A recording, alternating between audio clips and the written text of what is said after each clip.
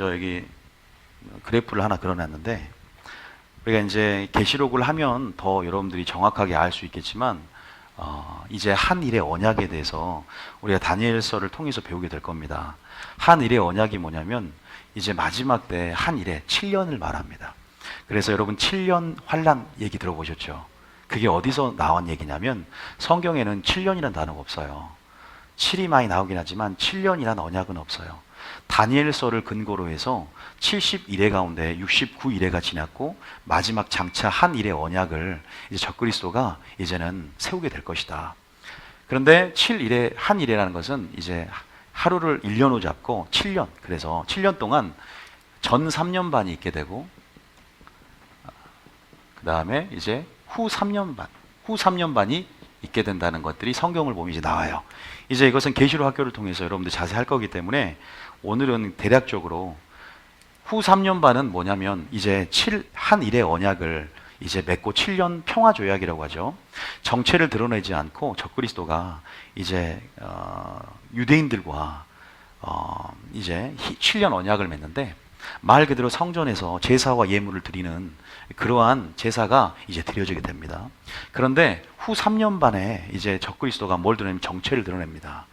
정체를 드러내면서 이제 후 3년 반에 이제 전 세계적인 수정 정치, 공포 정치에 이제 포악한 실제적인 이제 정권을 잡게 되죠. 그리고 적그리스도가 그 전에 점 3년 반이 있어요.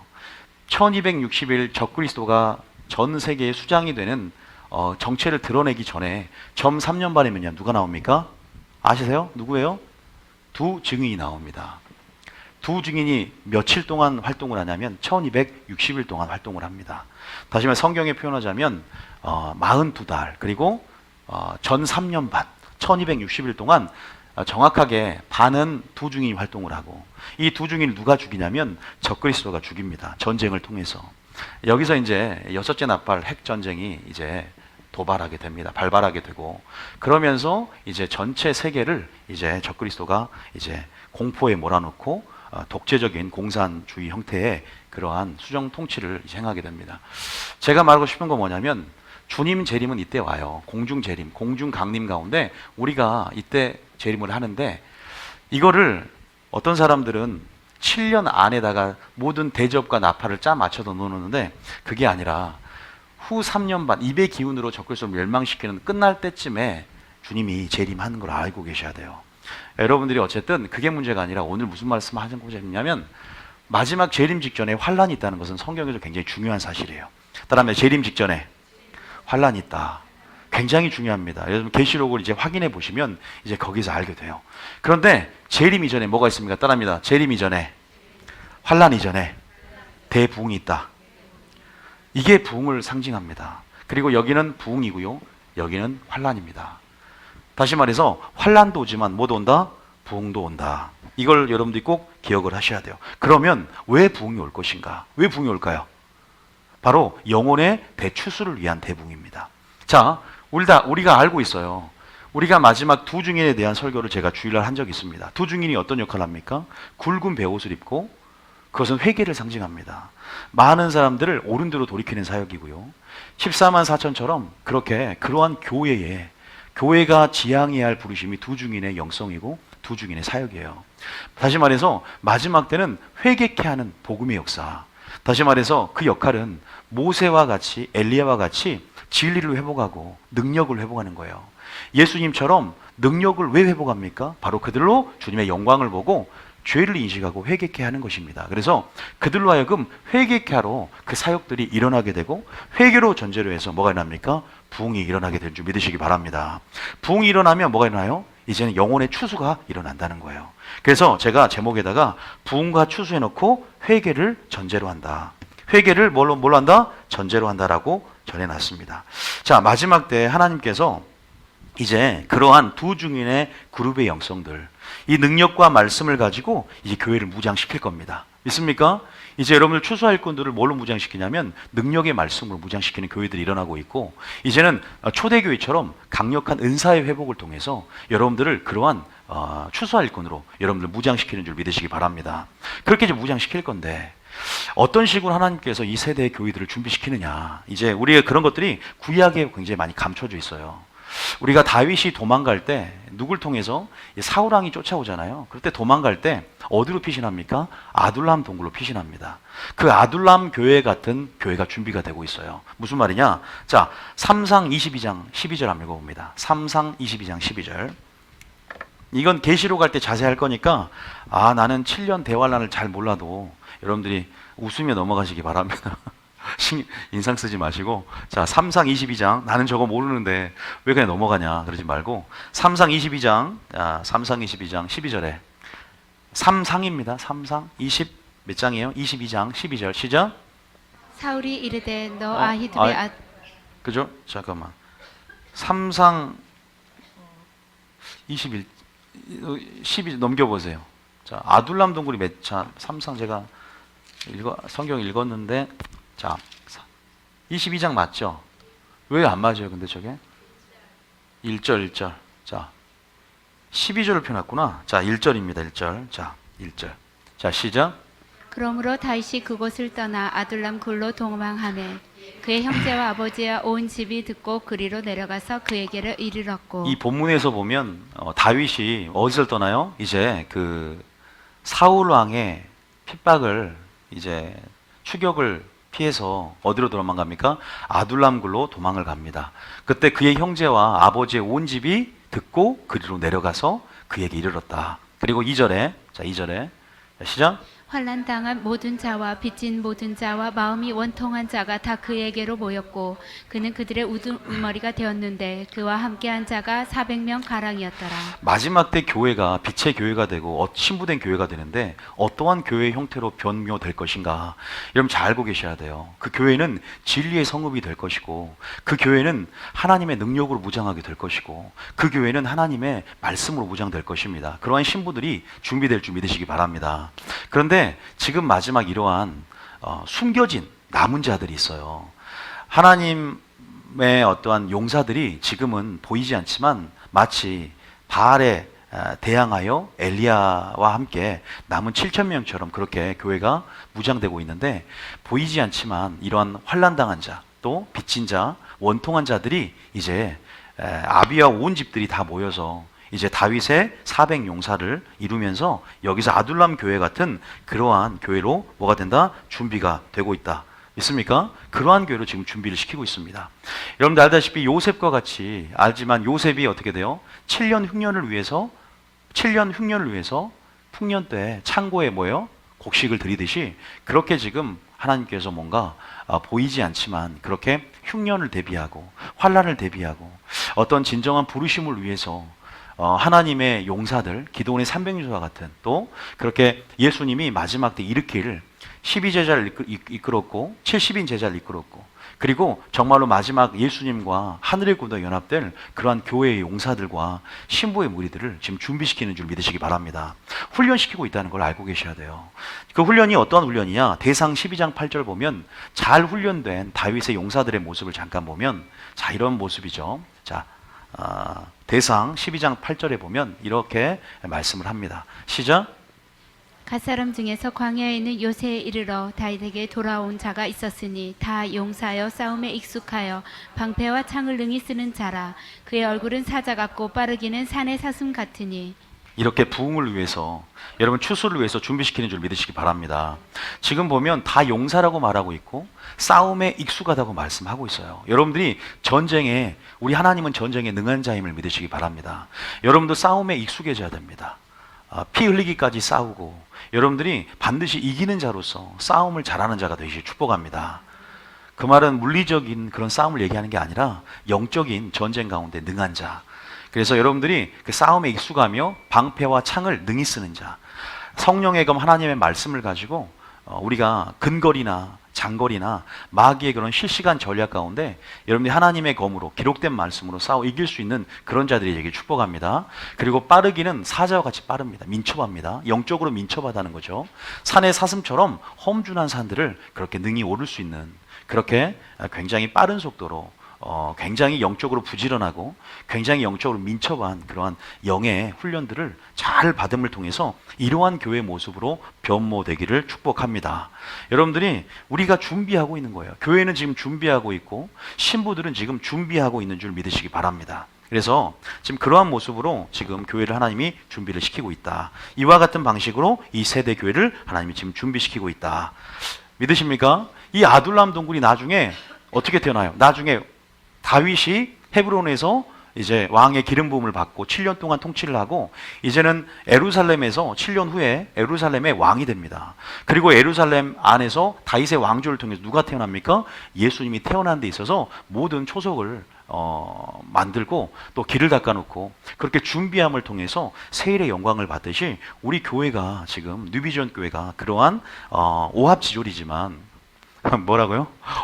오합지졸이지만 다윗의 새 용사처럼 속사람이 늘 주도권을 잡고 민첩해서 그렇게 싸움에 능한 자들로 또 정말로 그 말은 뭐예요? 싸움에 능하다는 것은 누가 빨리 죽느냐라고 제가 말씀드렸어요. 누가 더 사랑하느냐, 누가 더 용서하느냐 그러한 주님을 닮아가는 주님이 싸움에 능하다는 사실을 깨닫고 우리가 영적 조폭이 되기를 축복합니다. 영적 조폭이라는 것은 싸움을 잘하는 게 아니라 조폭하면 딱 싸움을 잘하잖아요. 가장 먼저 거꾸로죠. 세상의 가치관과 반대이기 때문에 지는 자라는 거죠. 그래서 여러분들이 프린트를 보면 부흥과 추수가 있어서 우리가 뭐 기복신앙에 물들어서 요새 번영신학에 대해서 얘기할 때 뭐 재정의 뭐 기름 부음, 부흥 이런 걸 얘기하면 굉장히 안 좋게 보는 경향성이 있습니다. 근데 그건 잘못된 거예요. 그러나 제가 말하는 것은 이 부흥이라는 것은 강력한 능력 전도나 진리의 회복은요 반드시 그 영광을 보게 만들고 회개로 이끕니다. 그래서 회개를 통해서 영혼들을 대추수하는 거예요. 지금 따라합니다. 환난 전에 부흥이 있고 재림 전에 대부흥이 있다. 그 부흥이 지금 시작되었고 그 늦은 비의 권능 역사가 지금 시작되었다는 사실을 깨닫고 여러분 늦은 비의 용사로 서기를 축복합니다. 자, 그러면 여러분들이 지금 제가 오늘 하고 싶은 얘기는 부흥을 여러분들이 정의하는 거예요. 여러분들이 부흥을 정의하라고 지금 제기하면 부흥이 뭐냐? 부흥이 뭡니까? 안녕히 계세요. 부흥이 뭐예요? 수가 많아지는 거죠. 그죠? 저기 성기 동생이 부흥이 뭐예요? 부흥. 수진아, 부흥이 뭐야? 부흥. 원래 이름을 불러줄 때 의미가 있는 겁니다. 자, 부흥이 뭐야? 부흥. 부흥이 보통 얘기하면 우리가 부흥됐다. 목회자들끼리도 부흥이 됐습니다. 그러면 재적이 얼마나 늘었냐. 또 출석을 얼마나 하냐. 요즘 재적을 많이 뻥튀기를 해서 요새는 50명 나오면 100명 나온다 하고 요새 많이 거짓말을 많이 하죠. 어쨌든 그런 식의 부흥도 물론 있지만 부흥이 뭘까? 여러분 부흥을 잘 정의해야 됩니다. 마지막 때 부흥이 오는데 물론 많은 영혼들이 부흥을 통해서 추수가 되는 거잖아요. 그러면 부흥이라는 것은 반드시 저는요 회개를 전제로 한다고 믿습니다. 따라합니다. 회개를 반드시 전제로 한다. 여러분 역사적으로 패턴을 보면 많은 부흥들이 일어났었어요. 그런데 그 부흥이 잠깐 한번 단회적으로 확 일어났다가 금방 꺼져버렸어요. 저는 여러분 삶 가운데 교회 가운데 열방 가운데 그러한 부흥이 일어나지 않길 원합니다. 부흥이 지속되는 것 이게 중요합니다. 부흥이 지속이 되려면 우리의 심령이 옥토로 바뀌고 우리 심령 가운데 부흥을 가속화시키는 심령이 만들어져야 돼요. 자, 따라합니다. 빚진 자의 심령, 2번 상하고 통해하는 심령, 가난한 심령. 이 세 가지의 심령을 주님께 제게 알게 하셨어요. 이 세 가지의 심령을 가진 자는 부흥을 맛보게 될 것이다. 마지막 때 무엇을 통해서? 그 밑줄에 회개하는 심령을 통해서. 그러니까 마지막 때 우리는 사람을 옳은 대로 돌이키게 만들고 또 하나님의 진리의 은사의 회복을 통해서 하나님의 영광을 보여줌을 통해서 그들의 연약함들을 고백하게 만들고 하나님의 강함을 찾게 만들고 그들의 무지를 깨닫게 만들고 하나님의 지혜를 구하게 만드는 그러한 사역으로 우리 나가야 될 줄 믿습니다. 그래서 이 세 가지의 심령은 어떠한 심령을 통해서 나오냐면 회개하는 심령으로 나옵니다. 그 회개케 하는 사역을 통해서 회개하는 심령이 만들어지고 하나님의 은혜와 사랑이 깨달아짐을 통해서 빚진 자의 심령이 되고 하나님의 은혜와 사랑이 깨달아지고 죄를 봄을 통해서 상하고 통회하는 심령이 되고 그 죄를 인식함을 통해서 자기 자신을 봄을 통해서 은혜를 구하는 가난한 심령이 되어야 되는 것입니다. 이것이 부흥을 가속화시키는 줄 믿으시기 바랍니다. 그럼 여러분들이 부흥을 거기다가 한번 정해 보세요. 따라합니다. 하나님의 영광과 임재가 나타나는 것이다. 이게 부흥입니다. 여러분 단순히 수가 많아지는 게 아니라 질적인 부흥도 일어나야 돼요. 하나님의 나라가 수적으로 전 세계 모든 열방 가운데 퍼지는 것도 굉장히 중요하지만 질적으로 하나님 나라가 무엇인지 그들 가운데 하나님 나라의 능력을 맛보게끔 그들이 하나님 나라의 능력을 믿음 안에서 맛보게 하는 그런 사역들이 그런 천국 복음들이 여러분을 통해서 전파되었던 줄 믿으시기 바랍니다. 초신자의 복음도 있지만 강한 떡을 먹을 만한 단단한 식물을 먹을 만한 그러한 믿음을 일깨워주고 그 믿음 안에서 정말 하나님께서 보여주고자 하시는 놀라운 영광들과 주님의 성품을 그 영혼들이 계시받고 더 영광에서 영광으로 믿음에서 믿음으로 자라게 하는 그런 사역들도 여러분을 통해서 저를 통해서 일어나기를 축복합니다. 여러분 하나님의 진짜 그 영광과 임재가 나타나는 것이 저는 부흥이라고 생각을 하고요. 다시 말해서 두 번째로 말하면 하나님의 성품을 깨닫게 되는 것이다. 하나님이 누구인지를 알게 되는 것이 부흥이다. 이렇게 좀 정의를 해보면 좋겠다. 하나님의 수가 많아지고 교회가 커지고 이게 부흥이 아니라는 거예요. 하나님의 영광과 임재가 적은 평수라도 마가의 다락방이 진짜 부흥이 임했습니다.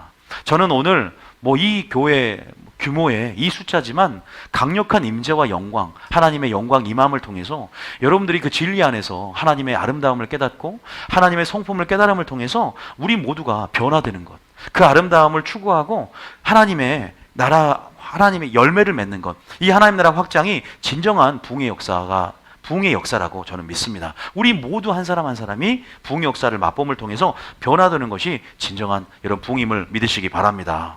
그게 부흥이라는 거죠. 이해되시죠? 그래서 여러분 그 부흥을 맛보시길 축복하고요. 그러면 오늘 제가 메인적으로 할 것은 부흥을 방해하는 영이에요. 자, 부흥을 가속화시키는 심령이 무엇인지를 우리가 이제는 깨달았어요.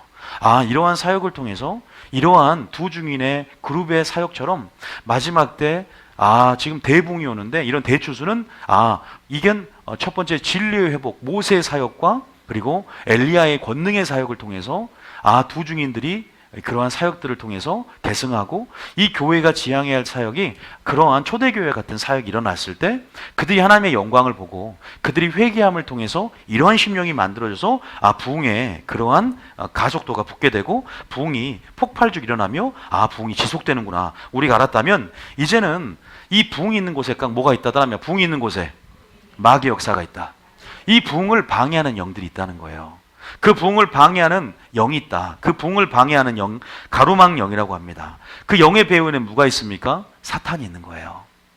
그래서 우리가 그 부흥을 방해하는 영, 사탄이 이 영의 배후에 있는데 그 세 가지 영이 있다는 것을 우리가 먼저 확인해 봐야 되겠죠.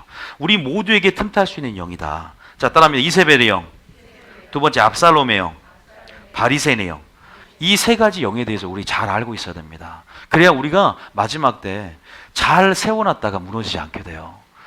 부흥을 위해서 우리가 이제는 이렇게 집을 짓고 부흥을 위해서 기도를 쌓고 있는데 사람들이 이런 영으로 인해서 실족하고 이런 영으로 인해서 사람들이 무너지는 것을 많이 봅니다. 여러분 실제적으로 부흥이라는 것은 성령의 흐름 안에 일어납니다. 믿습니까?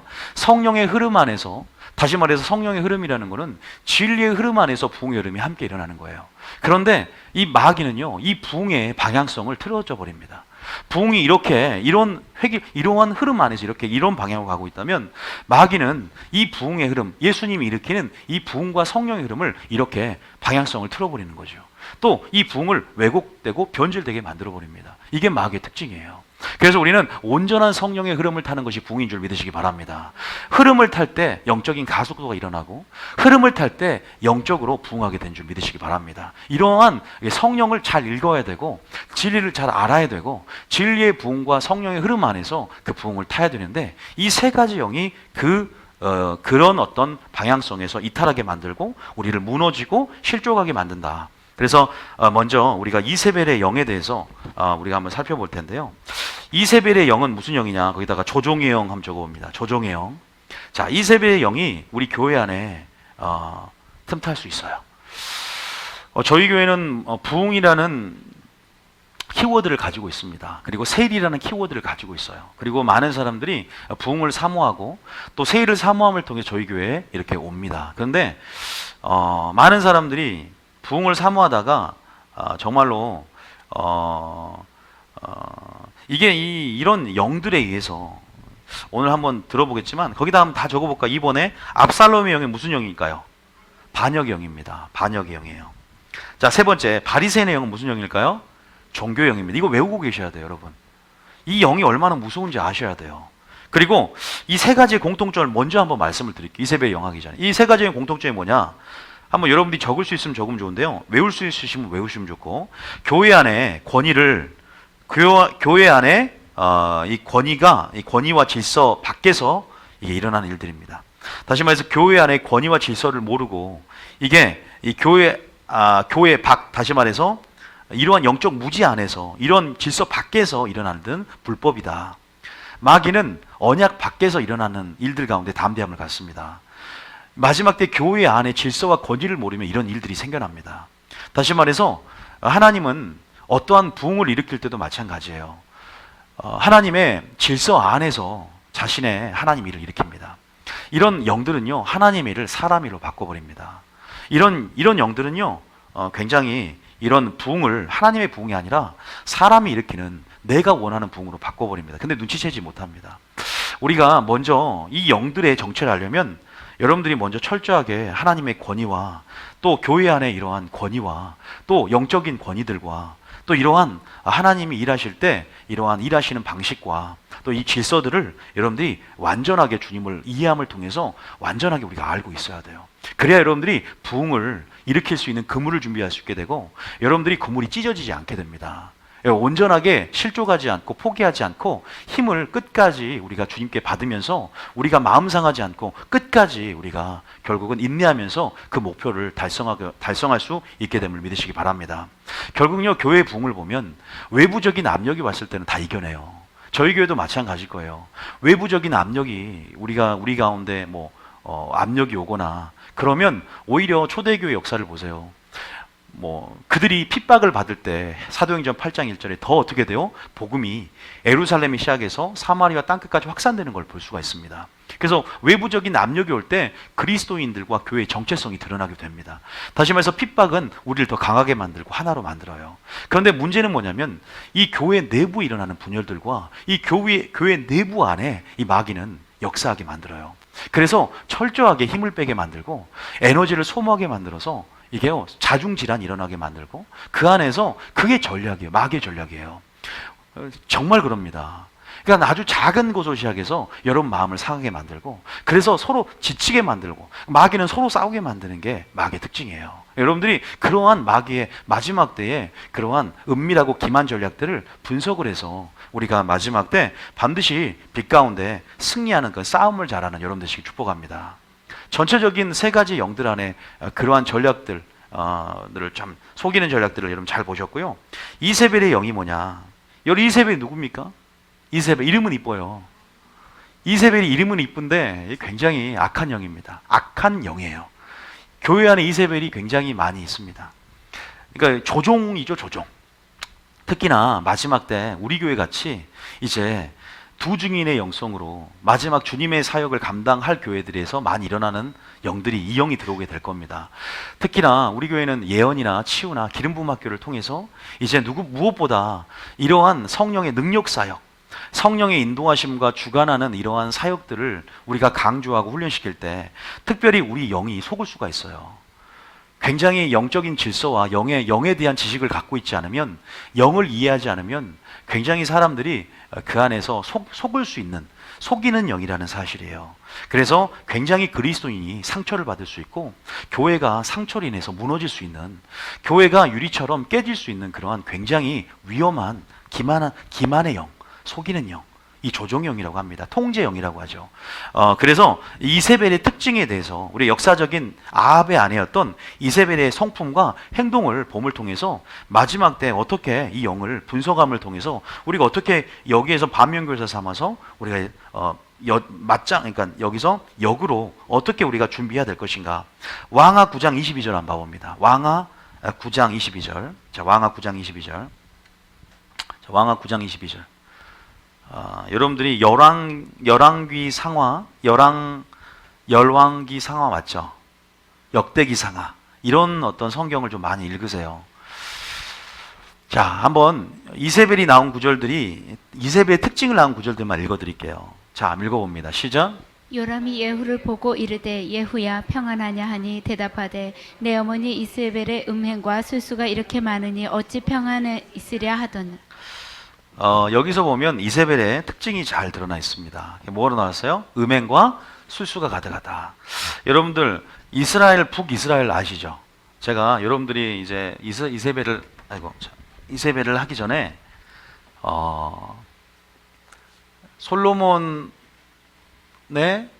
어떠한 죄악으로 인한 부분도 접촉점이 됐지만 남북조 시대가 열어지게 됩니다. 아시죠? 여러분들이 북이스라엘이 있어요. 그죠? 북이스라엘이 있고 또 뭐가 있습니까? 남유다가 있습니다. 솔로몬 왕정 시대 후에 남북조가 분열되었고 북이스라엘은 아수르의 이제 나라가 포로가 되고 남유다는 바벨론의 포로가 되어서 이렇게 바벨론으로 바벨론 나중에 아수르를 정복하게 되고 다 바벨론의 포로가 되어서 70년 만에 귀환하게 됩니다. 이 역사를 알고 계시죠? 북이스라엘에서 가장 전성기였고 영토도 그렇고 가장 최고의 군사력을 가졌던 왕조가 있어요. 그게 6번째 왕조인 오므리 왕조입니다. 오므리 왕조. 굉장히 오므리 왕조인데 그 오므리의 그 왕조의 아들이 누구냐? 아하방입니다.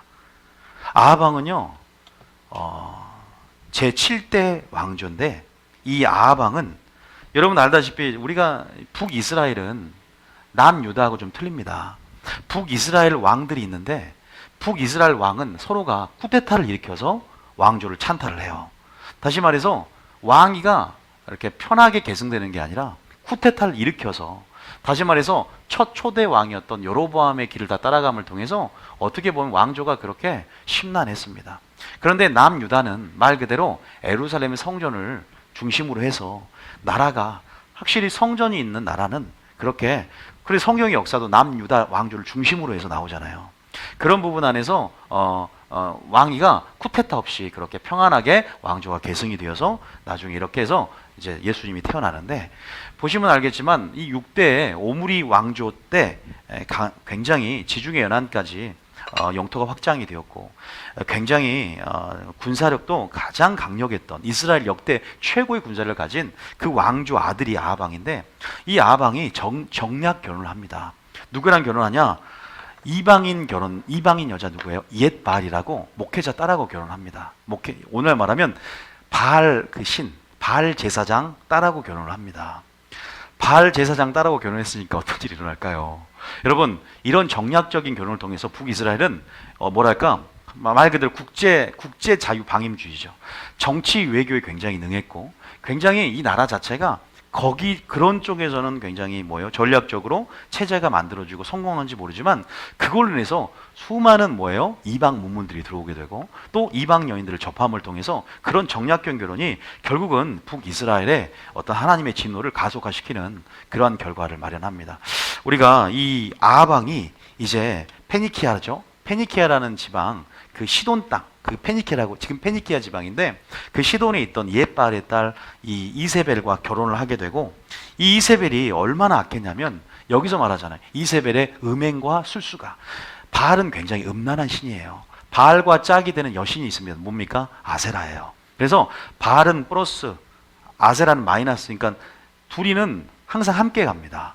그래서 아세라 목상, 바알 신. 그래서 이 이세벨은 이 당시에 오므리가 사마리아에 수도를 만들었는데 이 수도 사마리아에 바알 제단과 아세라 제단을 세워놓고 모든 거기 있는 선지자들 있죠. 여호와의 선지자들을 자기 편으로 다 만듭니다. 술수가 굉장히 강력하고, 이 술수라는 것은 술수라는 것은 권모술수라는 뜻도 있지만, 이 술수는 이런 뭐냐, 마법 같은 거예요. 주술 같은 거. 그런 술사들이죠. 그래서 음행과 술수가 굉장히 많았고, 그리고 굉장히 뭐예요? 사람들을 충동지시키고 자기 편으로 만드는 데 있어서 굉장히 그 조종의 달인이었습니다. 이게 굉장히 마귀의 특성을 다 담고 있는데, 우리가 그 부분들을 성경 구조를 확인해 보면서 이 사람의 특징에 대해서 좀 더 말씀을 드리겠습니다. 자, 왕상 21장 25절 26절에 보면 남편까지 바알 왕의 충성된 어떠한 그러한 우상 숭배자로 남편을 만들어 갑니다. 여러분, 왕이 지금 아합이에요. 지금 그의 아내 이세벨입니까? 왕이 누구예요? 다시 말해서 하나님의 권위와 질서 가운데 가정에도 그 질서가 있어요. 권위가 있고, 교회 안에서도 하나님께서 은사를 주시고 직임을 줌을 통해서 그런 권위와 질서 안에서 교회가 움직입니다. 그런데 얘는요, 지가 지금 갑입니다. 지가 지금 최고의 1순위예요. 전부 다 조종해요. 거기 있는 선지자까지 다 자기 편을 만들고 전부 다 조종시켜놔요. 조종을 해놓습니다. 그래서 이 바알을 통해서 음행과 모든 우상 숭배에 대한 모든 부분들을 다 전락시키고, 심지어는 자기 딸이 있어요. 자기 딸이 이름이 아달랴입니다. 그런데 아달랴까지 남유다의 어떠한 왕과 결혼시켜서, 정략 결혼시켜서 그 남유다까지 이 바알의 영향력들을 퍼뜨리고자 했던 그랬던 무시무시한 여자예요. 이런 여자 교회 한 명 들어오면 큰일 납니다. 그래서 여러분 쫓아내시길 축복합니다. 쫓아내 못 바꿔요. 마귀의 지배를 당하고 있고 하수인 역할을 합니다. 제가 그랬잖아요. 외부의 그런 압력이 아니라 내부의 이것들을 마지막 때 권위와 질서를 모르는, 교회가 권위와 질서를 가르치지 않기 때문에 그런 영적으로 무지하고 이런 영적으로 무지한 사역자나 영적으로 무지한 성도를 활개치게 만드는 거예요. 하나님의 나라는 그러지 않습니다. 그래서 우리가 이런 걸 배워가야 돼요. 자, 보시면, 자, 우리 읽어보면 알아요. 왕상 21장 25절 읽어봐요. 자, 21장 25절 시작. 읽어볼까? 시작. 아합과 같이 그 자신을 팔아 여호와 앞에서 악을 행한 자가 없음은 그를 그의 아내 이세벨이 충동하였습니다. 따릅니다. 조종, 부추김, 충동, 이 세 가지를 잘해요. 다시 말해서 누가 이세벨이 충동을 합니다. 누구를? 자기 남편을 악을 행하도록. 교회 안에서 제가 사모님께서 이 말을 뭐하지만 교회 안에서도요, 사모님이 모든 걸 조종하는 거 아니에요. 그건 목회자가요. 그러니까 예를 들어 이런 경우죠. 사모가 은사가 뛰어나요. 근데 목회자가 이렇게 말씀을 전하는데, 보통 사람들이 이 은사가 뛰어나거나 이렇게 영의 세계가 열리면 사모 말을 말씀의 검증 없이 그냥 받아들이고, 그거를 목회자는 다스리는 은사가 있는데 예언의 은사가 강한 사모에게 모든 걸 줌을 통해서, 그러다가 교회가 잘못되는 걸 많습니다. 우리가 사모의 말을 또 들을 때는 듣고 또 가족의 말을 들을 때는 듣고 참고를 하며 나가되, 모든 그 권한들을 목회자가 쥐고 다스리는 은사를 또 주신 부분 안에서 하나님 말씀의 검증을 받고 우리가 나가야 되는데, 무조건적으로 나가다가 그 영적 무지 가운데 교회가 그렇게 무너지듯이 그런 부분도, 그런 관계도 있고, 또 목회자와 성도 간의 관계도 있는 거예요. 성도가 어떠한 부분에서 말했을 때 어떤 부분들을 목회자 것들을 판단할 수 있는 영적 지도력이 있어야 되고, 그런 부분 안에서 우리가 그런 어떤 그러한 관계라 그럴까요? 지금 여기서 보면 아합과 같이 왕임에도 불구하고 악을 행한 자가 없으면, 이렇게 악한 자가 된 이유가 이세벨이 모든 일 가운데 사사건건 충동하고 간섭을 합니다. 자, 그래서 26절까지 읽어볼까요? 시작. 26절에 시작. 그가 여호와께서 이스라엘 자손 앞에서 쫓아내신 아모리 사람의 모든 행함 같이 우상에게 복종하여 심히 가증하게 행하였더라. 우리는 영적 전이에 대해서 배운 적이 있어요. 부부가 몸을 섞습니다. 얼마나 영적 전쟁이 일어나겠어요. 사랑하는 여자가 원하는 것, 내가 나라의 절반이라도 주겠다고 헤로다는 그랬습니다. 헤로디아에게. 여자의 풍 빠지는 거예요. 민모가 얼마나 뛰어난지 모르겠지만 제가 봤을 때 그렇게 뛰어날 것 같지도 않은데, 여러분, 악해져 버리는 거예요. 부부가 닮아가는 것입니다. 그러나 누가 영적인 주도권을 쥐고 있느냐. 여러분들 영적 주도권을 쥐기를 축복합니다. 여기 나오신 분들 영적 주도권을 쥐기를 축복합니다. 여러분의 착한 행실을 통해서 남편을 구원받고 자녀들도 깨끗하게 만들 수 있다고 성경에 나와 있습니다. 역으로 믿습니까? 그러한 자가 되기를 축복합니다. 그런데 삼투압의 법칙처럼 져버렸어요. 싸움에 능한 자가 되어야 되는데 영적인 전쟁에서 질수록 또 침체될수록 또 그 안에서 침체가 찾아올 때 쉽게 악한 영향력들은 더 빨리 전이가 된다고 했습니다. 악한 것들은 더 빨리 전이가 되는 거예요. 다시 말해 우리는 항상 돌파하며 항상 성령의 기름 부음 안에 성령의 충만함으로 여러분들이 무장해야 될 이유가 있어요. 믿지 않는 남편이라면 날마다 기도하셔야 돼요. 그럴수록 더 기도하셔야 돼요. 더 시험에 들고 더 쉽게 침체가 올 수가 있습니다. 남들이 1시간 할 때 그 사람 2시간 해야 돼요. 왜? 자기가 그렇게 선택했기 때문이에요. 더 그러면 쉽게 이거는 더 합력의 손을 이룰 수가 있어요. 저는 그거를 너무 많은 간증을 많이 들어왔었어요. 자 보세요. 어쨌든 어떻게 됐냐? 어떻게 보세요. 악해졌습니다. 그런데 얘도 이제 완전히 이 뭐랄까 아내 보이가 됐어요. 자 어디 보냐? 어디 보면 되냐? 왕상 19장 1절에 보면 자 왕상 19장 1절에 보면 자 왕상 19장 1절에 자 시작. 아합이 엘리야가 행한 모든 일과 그가 어떻게 선지자를 칼로 죽였는지를 이세벨에게 말하니 다 구하는 거예요. 결정권이 없어요. 최우선 1순위 왕이라는 그 권위를 이 권위의 자리를 실질적인 자리는 있지만 모든 갑의 권세는 이세벨에게 양도했고 이세벨이 조종하고 이세벨이 통제를 하는 겁니다. 이 교회 안에서 예언 사역이나 교회 안에 이러한 기름 부음 사역이나 이런 것들이 얼마나 많이 일어나는지를 봅니다. 부흥이 있는 곳에 뭐가 있냐면 양신 역사가 함께 갈 수밖에 없습니다. 마귀가 왜냐하면 부흥 역사를 따라하기 때문에 성령의 역사를 마귀 역사가 모방하기 때문에 비슷비슷해요.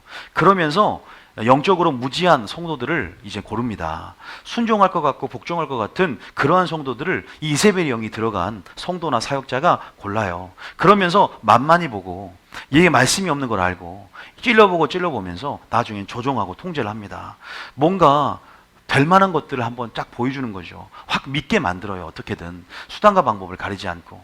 그래서 그것이 하나가 그 사람이 이루어낸 결과가 굉장히 큰 능력이 있으면 사람이 그래요.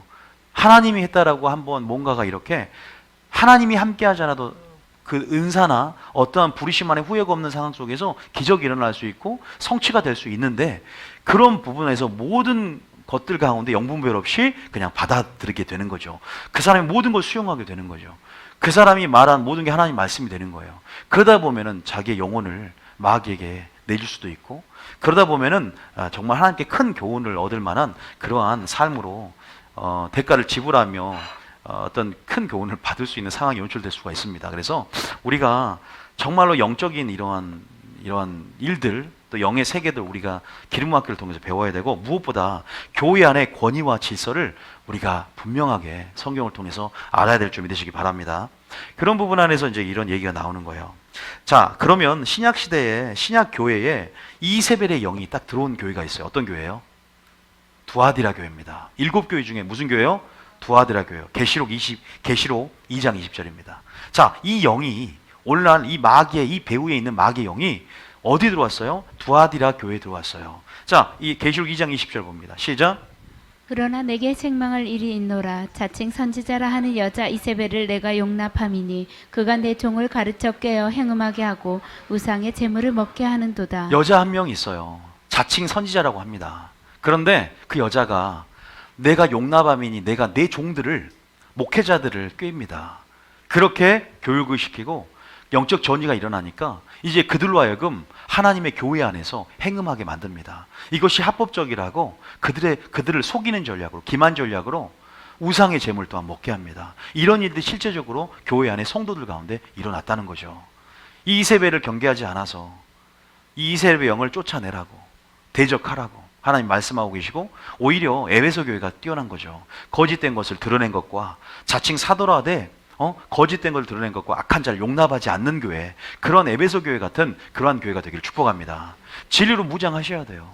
믿음의 방패를 세우고 이 마귀의 전략 전술을 마지막 전략 전술을 깨닫고 빛 가운데 서는 빛의 군대로 빛의 교회로 든든히 세워가는 여러분 되시길 축복합니다.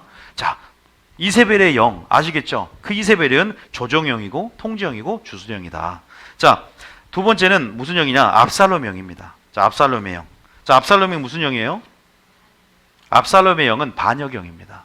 이것도 교회의 권위와 질서 밖에서 일어난 일들입니다. 교회 안에 하나님이 어떻게 일하시고 하나님의 어떠한 권위를 위임하셨고 어떻게 하나님이 일하신지를 깨닫는 자는 절대 이런 일들이 일어날 수가 없습니다. 겸손함으로 오직 빚진 자의 심령이 되고 또 상하고 통회하는 심령이 되고 또 가난한 심령으로 오히려 겸손하게 하나님의 어떤 권위 아래서 섬기며 그렇게 조화롭게 성령의 흐름을 타고 나가는 사람이 되는데, 지금 이러한 영들이 임하면 어떠한 행동으로 나오냐. 그래서 우리 압살롬의 성품과 행동을 분석을 해봐야 돼요. 자, 여러분 압살롬 아시죠? 압살롬이 누구 아들입니까? 다윗의 아들입니다. 이 다윗이 몇째 아들이에요? 셋째 아들이에요.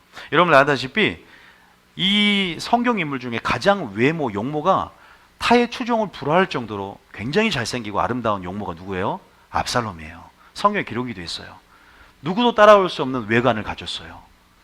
그런데 이 압살롬이 어떻게 되냐?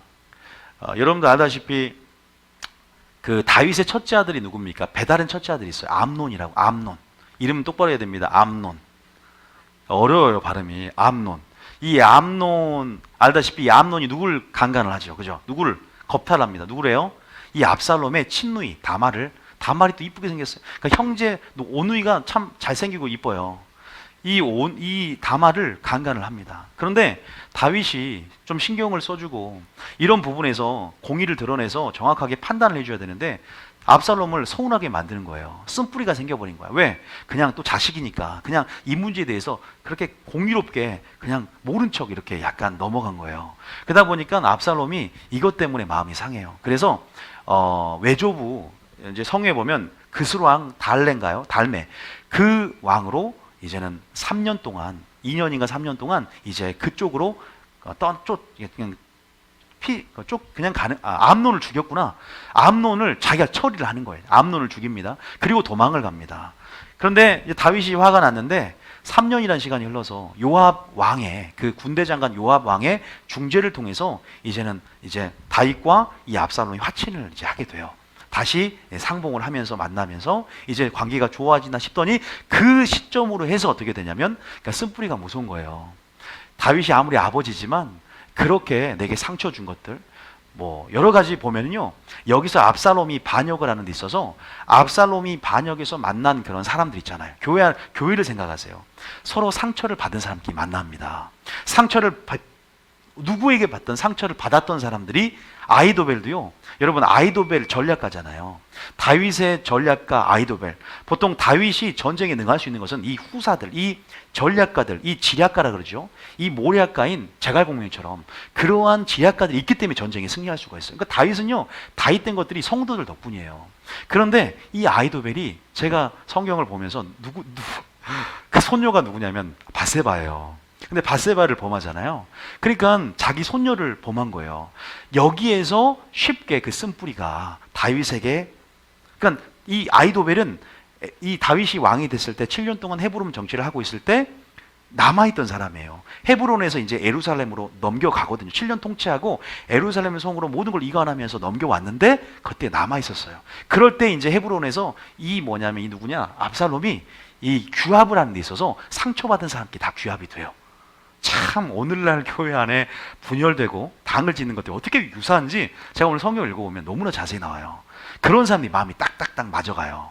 그러면서 여러분들이 이러면서 아이도벨도 그렇죠. 압살롬도 그런 모든 부분, 바세바 사건뿐만 아니라 여러 가지 부분 안에서 이제 불만 놓친 것들을 덮어놓은 것들은 절대 하나님의 비판에 처리하지 않으면 어떤 조건이, 상황이 스위치가 딱 켜지면 드러나는 것을 많이 우리가 보게 됩니다. 그래서 우리가 한번 보면요, 이제 그러한 배경을 통해서 나가는데 이제 요압의 중재로 화친을 딱 맺는, 그래서 돌아와서 이제 예루살렘 성에서 이제 아버지에게, 아버지 제가 잠깐 이제 그렇게 아버지와 조울을 하면서 15장이 나와요. 사마 15장 1절에 그 내용이 나옵니다. 잠깐 볼게요. 이건 좀 보면 좋을 것 같아요. 사마 15장 1절에. 사마 15장 1절 봐볼까요? 여러분 삼상하는 많이 안 읽으셨죠, 집에서? 자, 삼상하. 제가 신학교 다닐 때 참 많이 읽었는데 저도 이렇게 집중해서 많이 읽었어도 또 새롭더라고요. 이게 자주 이 구절을 봐야 되는데, 자 15장 1절부터 제가 좀 얘기를 해드릴게요. 자 15장 1절부터, 자 여기 보면 14장 어차피 폈으니까 3상 14장 25절 외모가 얼마나 아름다웠는지 25절 봐보세요. 25절에 14장 25절에 자, 잠깐만요. 지금 사마 죄송합니다. 사마 폈나요? 조언자 3장 조언자 사마 자, 사마 14장 25절. 자, 읽어볼게요. 시작. 온 이스라엘 가운데에서 압살롬같이 아름다움으로 크게 칭찬받는 자가 없었으니 그는 발바닥부터 정수리까지 흠이 없음이라. 그리고 26절에 그의 머리털이 무거움으로 연말마다 깎았으며 그의 머리털을 깎을 때에 그것을 달아본즉 그의 머리털이 왕의 저울로 203개이었더라. 저는 이걸 보고 머리를 목회자는 짧게 잘라야 되는구나. 보면 알다시피 머리가 산발이 돼서 나중에 도망갈 때 상수리 남의 머리가 딱 걸려요. 요것 때문에 요압의 손에 죽임을 당합니다. 도망갈 때. 그런데 다윗 왕이 자기 아들이잖아요. 그래도 죽이지 말라. 이렇게 명령을 내렸어요. 근데 요압 왕이 죽여버려요. 그래서 나중에 요압을 다윗이 죽입니다. 그리고 그래도 참 도망가면서까지 아들을 생각하고 이렇게 이제 이따 읽겠지만 왕위를 찬탈하면서 쿠데타를 일으키는 데 있어서도 다윗은 거기에 반박해서 전쟁을 일으키는 게 아니라 다윗이 얼마나 전쟁을 잘해요. 그런데도 이렇게 피신을 갑니다.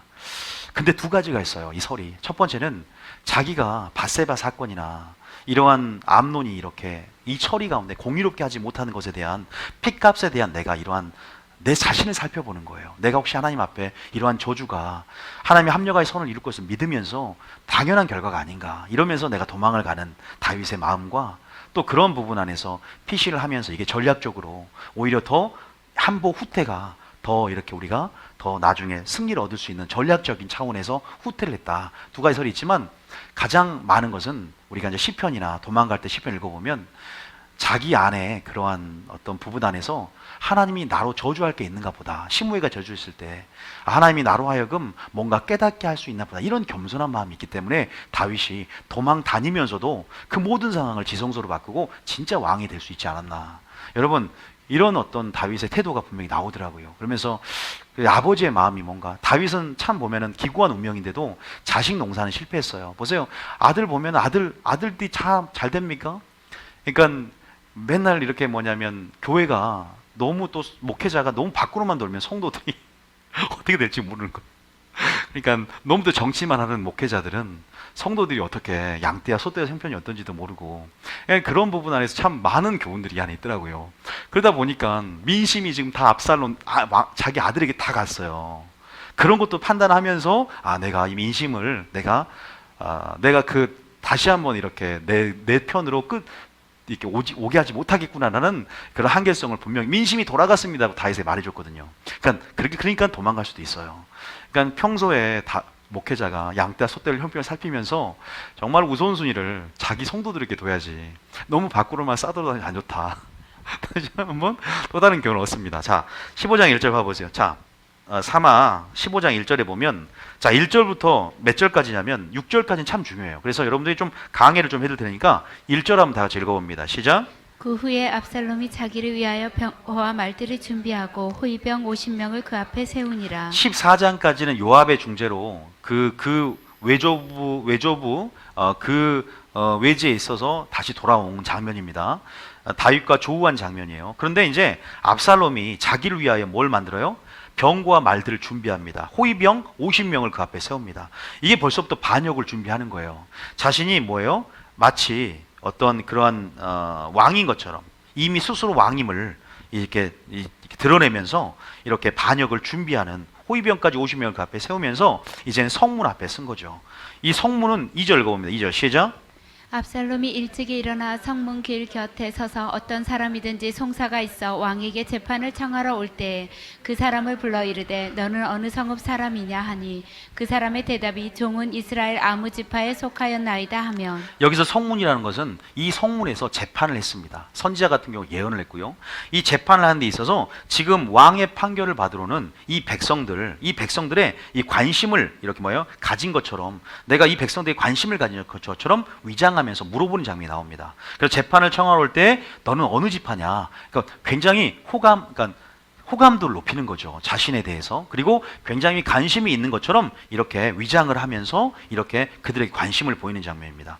이게 원래는 왕이 세운 재판관들에게 순서적으로는 가야지 맞나요. 근데 자기가 마음을 훔치기 위해서 벌써부터 반역 준비를 하고 있는 거예요. 여러분, 교회 안에서 뭔가 반역이 되고 당을 짓고 분열하는 분위기는요, 갑자기 드러나는 것이 아니라 점점 규합되는 그 준비가 이루어집니다. 그런 것들을 빨리 눈치를 채야 되는 거예요. 왜 일어나요? 그 어느 교회나 다 마찬가지예요. 이거 우리가 분명한 교훈을 주고 있어요. 자, 봅니다. 자, 그러면서 3절입니다. 시작. 압살롬이 그에게 이르기를 보라 내 일이 옳고 바르다마는 내 송사를 들을 사람을 왕께서 세우지 아니하셨다 하고 은근히, 자, 여기서 우리가 마귀의 속성이 드러납니다. 뭐가 드러나냐면 그렇게 자기는 선량한 척 착한 척을 하지만 은근하게 교묘하게 왕권을 실추시킵니다. 목회자의 권위를 실추시켜요. 드러내지 않는 것 같지만 목회자의 권위를 실추시키면서 스스로 자기를 어떻게 해요? 자기의 위상을 격상시킵니다. 위 높입니다.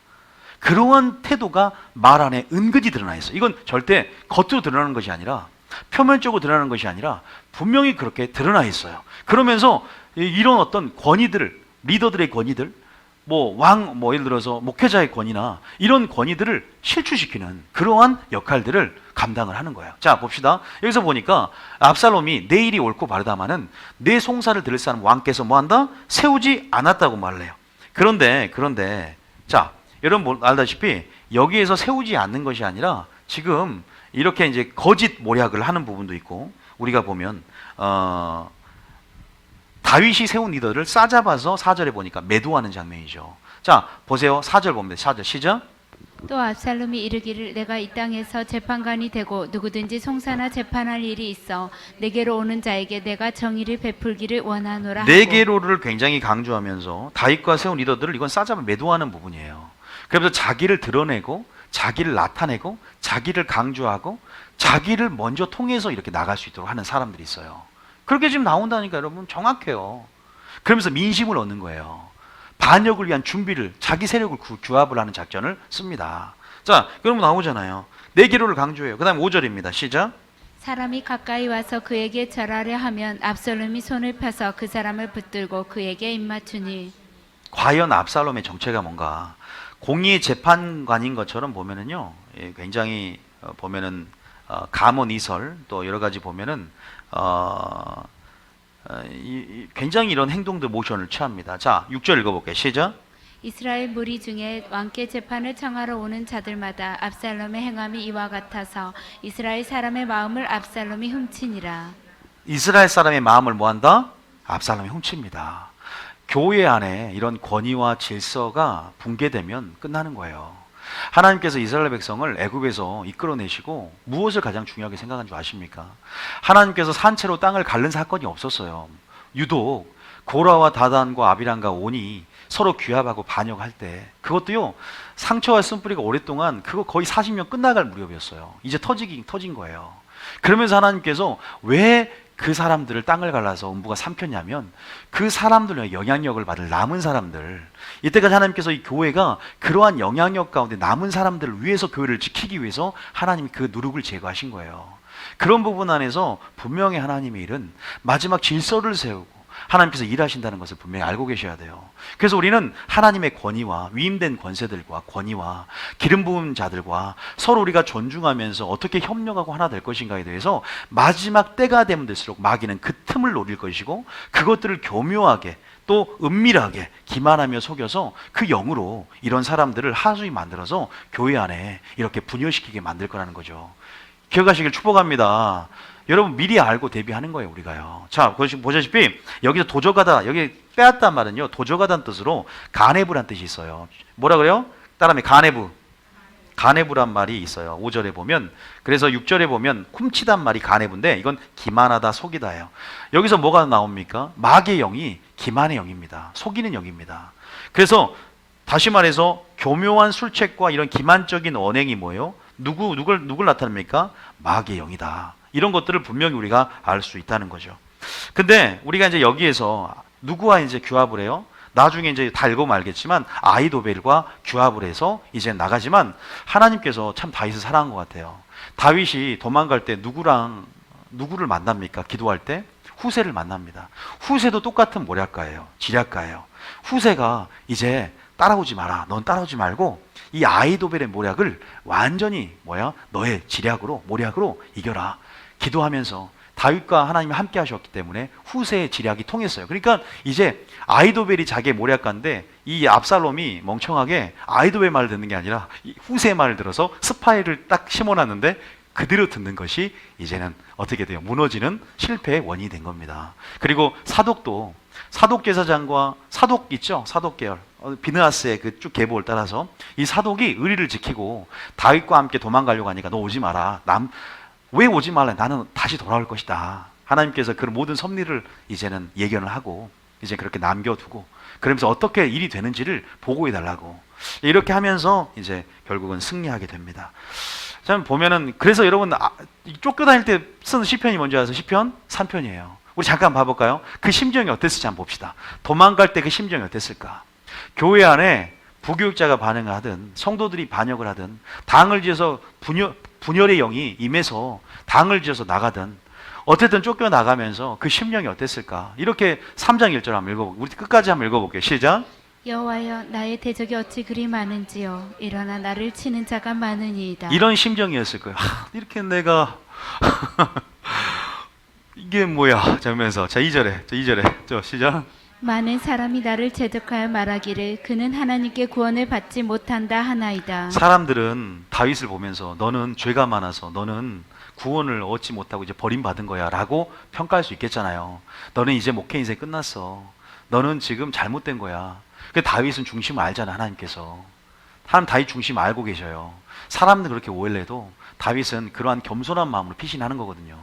회개하는 마음이 있기 때문에 우리 모두가 완전하지 않지만 다윗이 다윗 되는 것은 그 모든 상황 속에서 빨리 즉시 회개할 수 있는 마음이 있었다는 거예요. 그 겸비한 심령을 하나님이 찬양한 줄, 그 겸비한 심령을 기쁘게 보는 줄 믿으시기 바랍니다. 여러분 아하방 아시죠? 아하방이 굉장히 악한 왕인데 하나님 아합을 야 너 이제는 너 하나님 찢어 죽일 거야 그랬어요. 네 아내는 개들이 개들이 시체를 먹을 것이고 아하방의 운명에 대해서 말하니까 아하방이 겸비하여서 굉장히 회개를 합니다. 그러니까 하나님이 아하방을 살아있을 때는 내가 겸비한 걸 보았느냐 그 후대에 내가 저주를 내리겠다.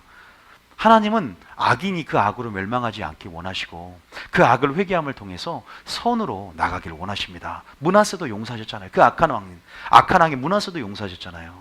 여러분들 그러니까 우리가 있는 그대로 판단하는 것이 아니라 하나님은 회개하기를 원하는 거예요. 믿습니까? 자 그런 부분 안에서 여호와여 주는 나의 방패시오 나의 영광이시오 나의 머리를 드는 자이시니다. 그러면서 주님을 바라보는 거예요. 주님 지성소에 계신 주님을 바라보고 모든 상황 가운데 예배자가 되는 이러한 찬양이 이러한 고백이 예배자의 삶인 줄 믿으시기 바랍니다. 자 그 다음 절 볼까요? 4절에 시작. 내가 나의 목소리로 여호와께 부르짖으니 그의 성산에서 응답하시는도다. 5절에 내가 누워 자고 깨었으니 여호와께서 나를 붙드심이로다. 그 다음 절에 천만인이 나를 애워싸 진친다 하여도 나는 두려워하지 아니하리이다. 그 다음에 여호와여 일어나소서 나의 하나님이여 나를 구원하소서. 주께서 나의 모든 원수의 뺨을 치시며 악인의 이를 꺾으셨나이다. 구원은 여호와께 있사오니 주의 복을 주의 백성에게 내리소서. 저는 이런 생각이 들었어요. 이렇게 시편 쓰기 전에 우리가 제대로 알고 이런 상황을 막자. 교회 안에 이러한 영들이 활개치지 않도록 진리의 칼로 또 우리가 믿음의 방패로 정말 음부의 권세가 해하지 않는 그러한 하나님이 예비하신 빛의 군대가 신부의 무리가 그런 공동체가 될 수 있도록 하자. 여러분들이 영적인 그러한 정말로 뭐랄까요? 이해 또 영적인 지각들 또 영적인 그러한 온전한 말씀으로 속사람을 그러니까 온전한 하나님 말씀을 준비함을 통해서 우리가 모든 것들을 분별하고 영적 분별력, 영적 통찰력을 갖춰서 우리가 마귀에게 틈을 내주지 않는 그런 교회가 되길 축복합니다. 그걸 갖춰야 돼요, 여러분. 그래서 하나님 우리 교회에 기름 부음 학교를 하게 해서 엘리야의 사역을 회복하게 하고 모세 오경을 통해서 모세의 진리 회복을 하게 하고 두 중의 사역을 위해서 요한계시록 작은 책의 계시를 연다고 저는 믿습니다. 여러분들이 온전하게 훈련을 받고 여기서 그렇게 강한 정말로 이 압살롬의 영 우리가 지금 참고만 하는 거예요. 이세벨의 영 참고만 하는 거예요. 근데 우리가요 틈탈 수가 분명히 있습니다. 우리 안에 교만과 욕심과 그 잘못된 영들이 올 수가 있지만 여러분들이 그런 거 안에서 서로 경계하면서 이 교회를 하나님의 교회라고 믿고 지켜나가기를 축복합니다. 서로가 그런 부분들에서 무조건 또 대적하는 것이 아니라 말씀으로 교화시키고 교정시켜서 회개케 하는 사역이 더 중요한 거예요. 그게 사랑 안에 품는 겁니다. 너는 이세벨 영이니까 쫓아내는 게 아니라 회개할 기회를 줘야 돼요. 믿습니까? 그러나 여러분들이 그 부분에서 분명히 영적 전이가 일어나지 않도록, 또 그러한 세력이 있다면 여러분들도 상처가 있고 숨부레가 있으면 영적 파동이 같은 사람끼리, 우리가 공명되어진 사람끼리 뭉치게 돼 있어요. 그런 부분에서 내가 악에 참여하지 않도록 여러분들이 그런 부분을 스스로 마음을 지키고, 여러분들이 그 악에 참여하는 자까지도 죄가 되는 거예요. 그것까지도 같이 심판을 받는 겁니다. 그런 부분에 대해서 전화 받는 것도 악이라고 어디 목사님, 그 영계를 여는 목사님 하나님께서 금성을 주셨다 그래요. 너는 거기에 전화 받는 것도 악에 참여하는 것이다. 그 씨앗이 너에게 뿌려진 걸 알지 못하느냐. 우리가 이런 부분에서 우리 자신을 지키는 그러한 공격적인 자세도 중요하지만 이런 수동적이고 방어적인 자세가 얼마나 중요한지 여러분들 알고 계셨으면 좋겠고, 그러한 부분에서 부흥의 가속화를 위한 그러한 겸손하고 겸비한 심령만 여러분과 있기를 축복합니다. 자, 다음에 빚진 자의 심령, 상하고 통회하는 심령, 가난한 심령, 이런 죄를 인식하며 회개하는 심령 안에서 이러한 심령은 만들어지기를 원합니다. 우리가 이 세 가지 심령 오늘 안 했어요. 이 심령도 중요한데 이거보다 더 중요한 오늘 부흥을 방해하는 영, 가로막는 영, 따라합니다. 이세벨의 영, 압살롬의 영. 그 압살롬의 우리가 전략들을, 이런 어떤 성품과 행동을 오늘 다 분석해 봤으니까 우리가 이런 어떤 부분들을 부분에 기만하지 않고 속지 않기를 축복합니다. 세 번째는 오늘 안 할 텐데요. 이 바리새인 영은 우리가 많이 해왔었어요. 종교의 영. 예수님을 죽였던 것은 바리새인 영입니다. 가장 많다고 한다면 바리새인 영이 교회를 뒤덮고 있다고 나와요. 오죽에 쓰면 책 제목이 바리새인 영이 교회를 덮고 있다는 책이 있습니다.